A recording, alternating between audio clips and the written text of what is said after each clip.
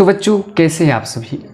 और बिल्कुल बढ़िया हैं और मस्त हैं, स्वस्थ हैं, तंदुरुस्त हैं। तो क्यों ना हम लोग अपना फिजिक्स के साथ साथ हिंदी का भी पढ़ाई शुरू कर दें। और मैंने सोचा कि चलिए हिंदी का पढ़ाई शुरू ही कर दिया जाए। तो मैंने सोचा कि पहले हिंदी ग्रामर पढ़ लेते हैं, उसके बाद हम लोग बुक पर पढ़ेंगे और संस्कृत ग्रामर को पढ़ेंगे। तो दोस्त आज का ये वीडियो है संज्ञा, और एक ही वीडियो में पूरे संज्ञा को खलास कर देंगे, पूरे संज्ञा को ख़त्म कर देंगे। आखिर संज्ञा होता क्या है, तो हर ग्रामर का 2 वीडियो बनेगा। एक तो उसमें संज्ञा को यानी जो भी आपका चैप्टर होगा उसको हम लोग ख़त्म करेंगे, और दूसरा आएगा उसका ऑब्जेक्टिव करेंगे। तो आज का जो वीडियो है इसमें हम संज्ञा को ख़त्म करने वाले हैं। तो ध्यान से वीडियो को देखिएगा, वीडियो बहुत ही शानदार आपके खोपड़ी में उतर जाएगा कि संज्ञा क्या होता है। तो देखिए सबसे पहले संज्ञा होता क्या है। तो संज्ञा यानी संज्ञा हम किसे कहते हैं, तो संज्ञा कोई भी नाम, समझिए दुनिया का कोई भी नाम है। ये पेन है, पेन हो गया आपका, पेज दिख रहे हैं, कॉपी दिख रहे हैं, कोई भी नाम है, वस्तु, व्यक्ति, कोई भी नाम, दुनिया का कोई भी नाम, उसे हम लोग क्या कहते हैं, संज्ञा कहते हैं। उसे क्या कहते हैं, संज्ञा कहते हैं। तो नाम को ही क्या कहा जाता है, संज्ञा कहा जाता है। याद रखिएगा, परिभाषा देख लीजिए, परिभाषा देख लीजिए, पर कॉन्सेप्ट बहुत ज़रूरी है।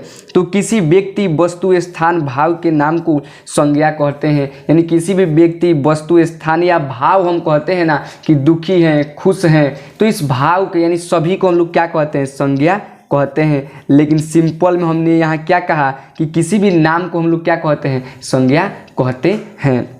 अब देखिए यहाँ पर एक बहुत ही इंपॉर्टेंट शब्द है, इसको ध्यान में रखिएगा, इसको बाबू ध्यान में रखिएगा। कह रहा है कि संज्ञा एक विकारी शब्द है। संज्ञा एक विकारी शब्द है। विकारी का मतलब क्या है, संज्ञा एक विकारी शब्द है। विकारी शब्द किसे कहते हैं, तो विकारी शब्द बाबू ऐसा शब्द होता है जिसे हम लोग किसके आधार पर, यानी समझ कि वचन, कारक, लिंग, इस सभी के सहायता से इसके रूप को बदल सके। यानी कि संज्ञा है, मान लो कि कोई भी नाम है, जैसे हम बोलते हैं लड़का, तो हम इसके आधार पर, लिंग के आधार पर हम उसको बदल दें।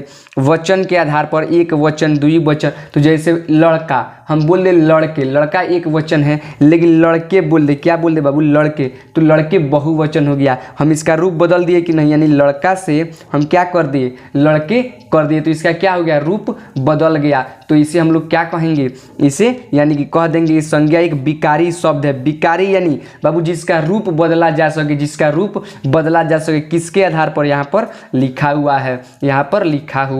चलिए संज्ञा के भेद, संज्ञा के भेद यानी संज्ञा कितने प्रकार के होते हैं, भेद यानी प्रकार, भेद यानी प्रकार की संज्ञा कितने प्रकार के होते हैं। तो संज्ञा आप लोग ऐसे में सुने होंगे कि संज्ञा भैया 5 प्रकार के होता है, पर संज्ञा तो 3 ही प्रकार के होता है। संज्ञा 3 ही प्रकार के होता है। आप कहिएगा ये क्या कह रहे हैं, तो जी हाँ 3 प्रकार के। पहला है व्यक्तिवाचक संज्ञा, दूसरा जातिवाचक, जातिवाचक को ही हम बांटे हैं द्रववाचक संज्ञा और समूहवाचक संज्ञा, और एक होता है भाववाचक संज्ञा। तो चलिए हम सबसे पहले देखते हैं कि व्यक्तिवाचक संज्ञा क्या होता है, व्यक्तिवाचक संज्ञा किसे कहते हैं। तो चलिए आपका व्यक्तिवाचक संज्ञा क्या होता है बाबू, थोड़ा ध्यान दीजिएगा कि व्यक्तिवाचक संज्ञा क्या, व्यक्तिवाचक संज्ञा। तो व्यक्तिवाचक का मतलब है किसी व्यक्ति, वस्तु, स्थान, निश्चित नामों को हम व्यक्तिवाचक संज्ञा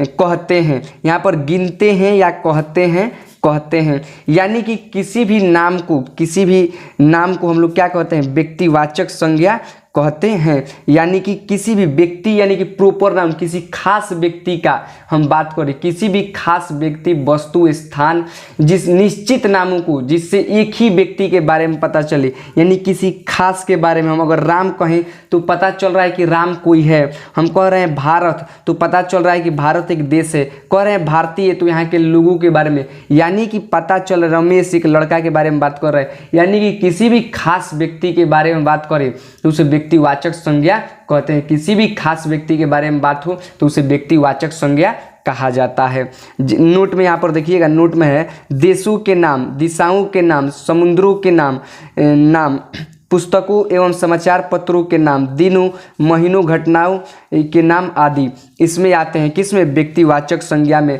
तो इसको ध्यान में रखिए, एग्जाम में आपसे पूछ देगा कि पत्र का यानी समाचार पत्र कौन सा यानी कि संज्ञा है, कौन सा संज्ञा है, तो आपको वहाँ पर टिक करना होगा व्यक्तिवाचक संज्ञा। उसके बाद है जातिवाचक संज्ञा। क्या होता है? तो जातिवाचक संज्ञा जिसमें जिसे कॉमन नाउन हम जिसे बोलते, ठीक है, यानी जिन संज्ञा शब्दों से एक ही प्रकार के व्यक्ति एवं जाति का बोध हो उसे जातिवाचक संज्ञा कहते हैं। कहने का सिंपल सा यानी भाषा में आप समझे ना, तो जातिवाचक का अर्थ है यानी कि कॉमन नाउन। जैसे कि हमारे पास मान लीजिए हम बहुत सारे लड़का हैं, हम हर एक का अगर नाम ले कि रमेश, सुरेश, महेश, तो हर किसी का नाम लेकर हमको बुलाना पड़ेगा। कोई व्यक्ति है उनसे बोल दे कि लड़का, वहाँ पर यानी लड़के हैं, तो पता चल रहा है कि जितने भी लोग हैं यानी कि जितने भी वहाँ पर हैं लड़का है, यानी एक ही नाम से हम उनको बुला लिए लड़के। सबका नाम लेना वहाँ पर संभव नहीं है, तो वही क्या है? जातिवाचक संज्ञा। जैसे कि लड़का, वकील, डॉक्टर, इंजीनियर, यानी कि ये लड़का हम बोल रहे हैं। अब किसी का हम नाम नहीं ले रहे हैं कि इधर आओ, यानी रमेश आओ, मुकेश आओ, किसी को बुला नहीं रहे हैं, लेकिन बुला रहे हैं हम कि लड़का इधर आओ, यानी कि सभी को हम बुला रहे हैं। वकील, यानी कि सभी वकील के बारे में बात कर रहे हैं, तो ये कॉमन नाउन है यानी कि जातिवाचक संज्ञा। क्या है? जातिवाचक संज्ञा। अब हम देखेंगे कि आपका द्रववाचक संज्ञा क्या होता है, क्योंकि जातिवाचक को दो भागों में बांटा गया है, द्रववाचक संज्ञा और समूहवाचक संज्ञा। हम लोग ऐसे में बोल रहे 5 प्रकार का होता है, 5 प्रकार का होता है, पर जातिवाचक को 2 भागों में बांटा गया है। तो आइए अब देखते हैं द्रववाचक संज्ञा क्या होता है। द्रववाचक संज्ञा क्या होता है? द्रववाचक संज्ञा, द्रववाचक संज्ञा यानी जिन संज्ञा शब्दों, धातु एवं द्रव का बोध हो वहाँ पर द्रववाचक संज्ञा होता है। सिंपल में समझिए, ये तो हो गया परिभाषा लिखने के लिए। एग्जाम में कभी भी व्याकरण का जो है परिभाषा और भाषा कुछ नहीं पूछा जाता है, आपसे डायरेक्ट वहाँ पर सवाल पूछे जाते हैं, ऑब्जेक्टिव टाइप के सवाल आपसे पूछे जाएंगे एग्जाम्पल देकर। द्रववाचक सिंपल में समझिए, जिसे मापा तौला जा सके, जिसे क्या जा सके? मापा तौला जा सके, उसे हम क्या कहेंगे? द्रववाचक संज्ञा। यानी वैसी संज्ञा जिसे माप और तौल सके उसे द्रववाचक संज्ञा कहते हैं। सिंपल में समझिए, ठीक है। माप तौल वाली वस्तुएं यानी 5 लीटर दूध, 1 किलो सोना, पीतल, चांदी, पानी, तेल, इसे हम माप सकते हैं, तौल सकते हैं, तो ये सभी क्या होगा? द्रववाचक में आएगा। यानी आपसे कोई पूछ दे कि सोना कौन सा संज्ञा है, तो आप कहिएगा द्रववाचक संज्ञा। क्यों? इसको मापा जा सकता है। अब सोना नाम भी हो सकता है, तो वहाँ पर वो व्यक्तिवाचक हो गया। पर अगर जो सोना यानी कि आपका धातु के बारे में बात कर रहे हैं, सोना एक धातु है, तो वहाँ पर कौन सा होगा? द्रववाचक संज्ञा होगा, ठीक है, द्रववाचक संज्ञा। उसके बाद है समूहवाचक संज्ञा। तो समूहवाचक मतलब किसी, अब आप यहाँ पर समझ रहे हैं कि समूह यानी किसी समूह के बारे में बात हो, किसी समूह यानी जिन संज्ञा शब्दों से समूह, दल, संगठन का बोध हो। देखिए यहाँ पर समूह, दल, संगठन एक ही चीज होता है का बोध हो। बोध मतलब उसके बारे में पता चले, वहाँ पर समूहवाचक संज्ञा होती है, यानी उस जगह पर समूहवाचक संज्ञा होती है। यानी भीड़, सेना, आर्मी, गिरोह, पुस्तकालय, दल, ये सभी क्या है? समूहवाचक संज्ञा है। क्या है? समूहवाचक संज्ञा है। कहने का मतलब भीड़, वहाँ पर पता चल रहा है कि एक समूह है, भीड़ होगा तो एक समूह होगा। हम अकेले खड़ा हो जाए और कहे कि बहुत ज़्यादा भीड़ लगाकर बैठे हैं, चाहे कोई बोलेगा कि बहुत ज़्यादा भीड़ लगाकर बैठा है, यानी कि नहीं, तो भीड़ होगा तो वहाँ पर समूह होगा। यानी सेना, तो सेना का भी एक समूह होता है। आर्मी वाला जब आपका गिरोह हो गया, पुस्तकालय हो गया, तो वहाँ पर किसका समूह होता है? पुस्तकालय में पुस्तक का यानी बुक का समूह होता है। किसका समूह होता है? बुक का समूह होता है। तो आइए अब हम देखेंगे यानी कि भावाचक संज्ञा, आपका लास्ट संज्ञा है भावाचक संज्ञा। तो आइए इसको देखते हैं भावाचक संज्ञा को। तो नोट में इसको देख लीजिए, यानी ये नोट है आपका समूहवाचक संज्ञा का, यानी प्रशासनिक एवं राजनीतिक पदों के नाम, पशु, पक्षियों, वस्तुओं के नाम, प्राकृतिक आपदाओं एवं तत्वों के नाम।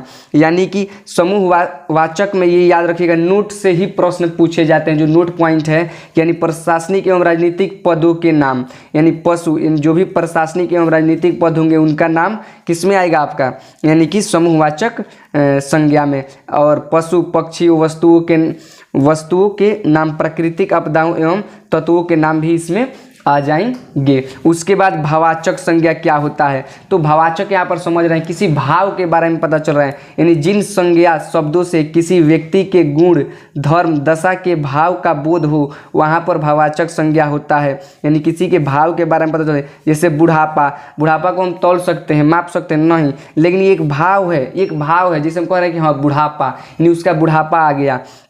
मोटापा, बचपन, मिठास, कड़वाहट, मित्रता, यहाँ पर प्रेम, दुख, सुख, दुख, ये सभी क्या है आपका सुख हो गया, सुख, तो ये सभी क्या है सुख दुख, ये भावाचक संज्ञा है, यानी ये सभी क्या है भावाचक संज्ञा। तो ये है आपका संज्ञा का वीडियो, और आज हम लोग पूरे अच्छे से क्या किए, संज्ञा को कवर किए, संज्ञा को हम लोग पढ़े।